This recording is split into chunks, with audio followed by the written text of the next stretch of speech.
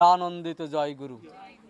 আমরা যারা ঠাকুরের দীক্ষিত, ঠাকুরের চরণাশ্রিত, আমরা জানি মানুষ হওয়ার যে তুক, যে নিয়ম অনুশাসন পরিপালন করলে জীবনে মানুষ হওয়া যায়, যে তুকগুলো ঠাকুর আমাদের দিয়ে গেছেন। কারণ মানুষ যদি আমি না হই, মানুষরূপী আমাদের মতো অমানুষকে দিয়ে সমাজে অনেক ধ্বংসাত্মক কাজ হতে পারে। কারণ আজ আমরা দেখতে পাচ্ছি যে সমাজ ব্যবস্থার মধ্যে সবচেয়ে বড় সমস্যা হচ্ছে মানুষরূপী অমানুষদের নিয়ে। মানুষরূপী অমানুষদের মানুষ বানানোর জন্য, দীপ্তমান পুরুষ বানানোর জন্য পরম দয়াল শ্রী শ্রী ঠাকুর এসে তার এই পঞ্চনীতি, যোজন যাজন ইষ্টভৃতি সস্তয়নী সদাচার পরিপালন করার মধ্য দিয়ে আমরা প্রতিদিন যে অনুশীলন করে চলেছি, তার মানে কি আমরা একটু একটু করে অমানুষ থেকে মানুষ হচ্ছি। কুকর্ম যা কিছু হয়, পাপকর্ম আমরাই করি, আমাদের দ্বারাই হয়। তাই এই পাপকর্ম কুকর্ম আমরা প্রতিদিন প্রার্থনার পরে যে জয় রাধে কীর্তন করি, আমরা বলি অধর্ম কুকর্ম ছাড়ো রে। তাহলে যে এই অধর্ম কুকর্ম ছাড়ো রে প্রতিদিন বলছি, শুধু কি বলার জন্য বলা না, এমন একটা প্র্যাকটিক্যাল অনুশাসনের মধ্যে তিনি আমাদেরকে রেখেছেন, যার মধ্য দিয়ে আমাদের বিবেক সত্তা জাগ্রত হচ্ছে। তাহলে সৎসঙ্গ কোনো রাজনীতি করে না, সৎসঙ্গ কোনো রাজনীতি শেখায় না। সৎসঙ্গ কি করে মানুষ হওয়া লাগে, সারা জীবন মানুষ হয়ে চলতে লাগে, সৎসঙ্গ সেই শিক্ষা দেয়। তাহলে শ্রী শ্রী ঠাকুরের দীক্ষা নিয়ে আমরা তার চরণাশ্রিত হয়ে আমরা ব্যক্তিগত জীবনে আমরা প্রত্যেককে অনুভব করি, আমরা যে কাজই করি না কেন সেই কাজের ক্ষেত্রে আমাদের কি করণীয়, আমাদেরকে কি করতে হবে। অর্থাৎ সেইখানে আমি পুরোপুরি আমার দেহ দিয়ে, মন দিয়ে, মেন্টালি ফিজিক্যালি ফিট হয়ে আমি যেন কাজটি পুরোপুরি করতে পারি। তাহলে আমি যদি না করি, তখন দেখা যাবে আমার পরিবারের কেউ আমার কথা শুনবে না, তারা কেউ করবে না। তাই অনেক অনেক পরিবারে দেখা যায় যে হয়তো ছেলে অথবা মেয়ে অথবা কোনো একজন প্রথমেই শ্রী শ্রী ঠাকুরের সৎ দীক্ষা পেয়েছিল, তার জীবনে চলনাটা উত্তর উত্তর বৃদ্ধির দিকে যখন এগিয়ে গেল, সুন্দরে সমাপন হলো, তখন দেখা যায় সেই পরিবারের অন্যান্য মানুষগুলো তেমনি তার এই পথে আসে, স্বীকৃতিবশত তারাই সেই সৎ দীক্ষা নিতে চায়। পরমে পিতা পরম দয়াল আমাদেরকে কি শিক্ষা দিলেন? আমাদেরকে দিলেন একটা সুনিয়ন্ত্রিত আদর্শ চলনা, যে চলনাটির মধ্য দিয়ে চলে একদম ছাত্র অবস্থা থেকে শুরু করে একদম আবাল বৃদ্ধ বনিতা প্রত্যেকের জীবনে বিভিন্ন পর্যায়ে বিভিন্ন কাজ আছে।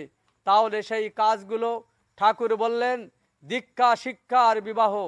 আমরা সৎ দীক্ষার কথা বলছি কেন? এই দীক্ষা কি দীক্ষা? যে দীক্ষা আমাকে শুধু অস্তিত্বে বিইং অ্যান্ড বিকামিং বাঁচা এবং বাড়া আছে, শুধু তাই না, এই সৎ দীক্ষা নেওয়ার ফলে আমার ব্যক্তিগত জীবনে আমার ব্যক্তিগত উন্মেষ ঘটেছে। তাই আমার করণীয় সম্পর্কে আমি প্রতিনিয়ত সচেতন হচ্ছি যে এটা আমার করা উচিত, এটা আমার করা অনুচিত। এই যে বোধ শক্তি আমার জন্মালো এই সৎ দীক্ষা নিয়ে, শিক্ষা কি? প্রতিনিয়ত প্রত্যেকটা দিনই আমরা ব্যক্তিগত জীবনে চলনায় শিক্ষা পাই। কেন শিক্ষা পাই? পরমদয়াল শ্রী শ্রী ঠাকুর তার জীবদ্দশায় সারা জীবন ধরে তিনি যা কিছু করে গেছেন, সেই পাবনার হিমায়তপুর থেকে শুরু করে এবং দেওঘরে আমরা দেখেছি পরমদয়াল ঠাকুর যেখানে যেখানে গেছেন তৎকালীন যুগে সব জায়গাতে তার কিছু না কিছু তিনি লীলা করেছেন। আর এই লীলা সঙ্গী হিসাবে যারা থাকতেন, তার পার্শ্বদ থেকে শুরু করে তার পরিবারের, তারা প্রত্যেকের জীবনে এমন অভিজ্ঞতা সঞ্চয় করেছেন, পরম পিতার সংস্পর্শে এসে, পরম দয়ালের সংস্পর্শে এসে, যে সবটাই তার লীলা আর সবটাই তিনি যেন আমাদেরকে করার ইঙ্গিত দিয়েছেন। এটা বাস্তবমুখী চলনা প্র্যাকটিক্যালি করার নির্দেশ দিয়েছেন। তাই আমরা পরবর্তী জীবনে সেই চলনা শ্রী শ্রী বর্দার মধ্যে পেয়েছিলাম, আমরা বর্তমান আচার্যদেব শ্রী শ্রী দাদার মধ্যেও পাই। পরম পূজ্যপাদ অবিন দাদা ঠাকুর পরিবারের প্রত্যেকের মধ্যে আমরা সেই চলনাটা পাই। আজকের সারা পৃথিবীতে ধর্মীয় প্রতিষ্ঠানের কিন্তু অভাব নাই। বহু ধর্মীয় প্রতিষ্ঠান আছে, কিন্তু তার সাথে সৎসঙ্গের কি পার্থক্য? সৎসঙ্গে কি হয়? আমরা সেখানে গেলে কি দেখি?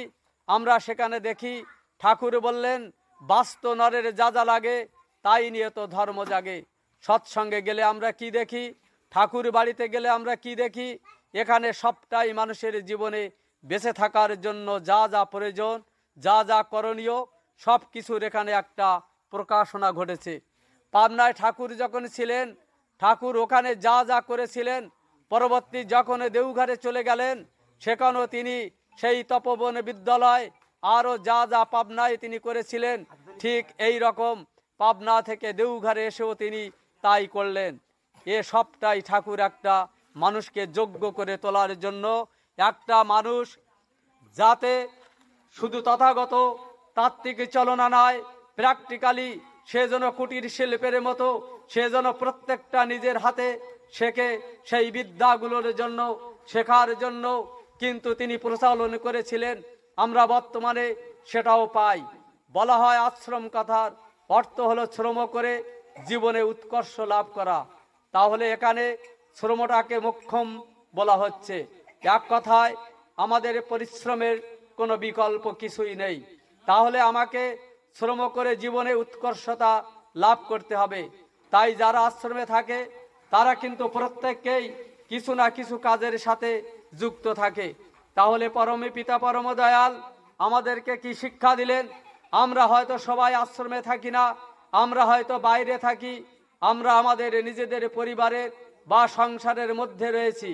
আমরা সেই পরিবার ও সংসারের মধ্যে থেকে তিনি আমাদের শিক্ষা দিলেন যে এই পরিবার ও সংসারের মধ্যে থেকে আমাদের মায়ের সাথে বাবার, বাবার সাথে মায়ের, ছেলের সাথে তার মায়ের, মেয়ের সাথে তার মায়ের, পরিবারের প্রত্যেকটা সদস্যদের মধ্যে যে সম্পর্ক, সেই সম্পর্কগুলো কি করলে একদম সারা জীবন ঠিকভাবে টিকে থাকবে, সেই সম্পর্কের যে বুনিয়াদ, সেখানে ভিত্তিভূমি তিনি যে নিজে করে দেখিয়ে দিলেন সংসার করার মধ্য দিয়ে। তাই এখন কিন্তু আর ওই বন জঙ্গলের সন্ন্যাসী দিয়ে জগতে সংসার আর উদ্ধার হবে না। কারণ এখন যে পরিস্থিতি, এখন হচ্ছে প্রযুক্তিবিদ্যার যুগ, এখন চিকিৎসা বিজ্ঞান অনেক উন্নত হয়ে গেছে, এখন বিশ্বায়নের যুগ। এখন তাহলে পরিবার, সংসার, এই সমস্ত কিছুর মধ্যে থেকে আমাদেরকে তিনি এই শিক্ষা প্রদান করলেন, যে শিক্ষা গ্রহণ করে আমরা ব্যক্তিগত জীবনে, পারিবারিক জীবনে, দেশ ও দেশের জন্য করণীয় সম্পর্কে সচেতন হয়ে করে চলার মধ্য দিয়ে আমরা সুনাগরিকে পরিণত হতে পারি। পরমে পিতা আমাদের রাজনীতি শেখাচ্ছেন না, তিনি আমাদের শেখাচ্ছেন যে আমরা যা কিছু করব, সমাজে যে পোস্টে থাকি, যে কাজেই করি না কেন, সেটা যেন একদম ঠিকঠাক মতো করি, সেই ঠিক মতো করাটাই আমাদের শেখাচ্ছেন। তাই ঠাকুর বলেছেন, দীক্ষা নিয়ে চললে নিয়ম মতো তবেই হয় উন্নত। দীক্ষা নিয়ে যদি আমি নিয়ম মতো চলি তবেই আমি উন্নত হব। যোজনে যাজন ইষ্টভৃতি স্বস্ত্যয়নি সদাচার, এই 5টি নিয়ম যদি আমি কাটায় কাটায় পরিপালন না করি, আমি যদি প্রতিদিন ইষ্টভৃতি না করি, আমি খেয়াল খুশি মতো যদি চলি, তাই ঠাকুর বললেন, খেয়াল মতো ভজলি গুরু, হতে মানুষ হলি গরু। আজকে সমাজে ব্যবস্থা বেশিরভাগ গরুতে পরিণত হয়েছে। কেন? খেয়াল মতো গুরু। কিন্তু আমাদের সেটা করার অবকাশ নেই, কারণ আমাদের জীবন্ত আদর্শ আছে, তিনি আমাদের চালাচ্ছেন। তিনি যখন যেমন আশীর্বাদ করবেন, অনুশাসন দেন, আমরা প্রত্যেককেই সেই অনুশীলন পরিপালন করার মধ্য দিয়ে আমাদের মধ্যে এটা খেয়াল খুশির ভাব থাকলেও আমরা কিন্তু সেটা করে উঠতে পারি না। আমাদেরকে নিয়ন্ত্রিত করে ফেলেন তিনি, কারণ আমাদের প্রত্যেকের জীবনে জীবন্ত আদর্শ স্বরূপ একজন সুনিয়ন্ত্রিত পুরুষ আছেন। তাই ঠাকুর বলেছেন, যা ইচ্ছা তাই করবে তুমি, তা কিন্তু চলবে না। ভালো ছেড়ে মন্দ করলে পরিস্থিতি ছাড়বে না। সবাই ভালো থাকুন, সুখে থাকুন, সুন্দর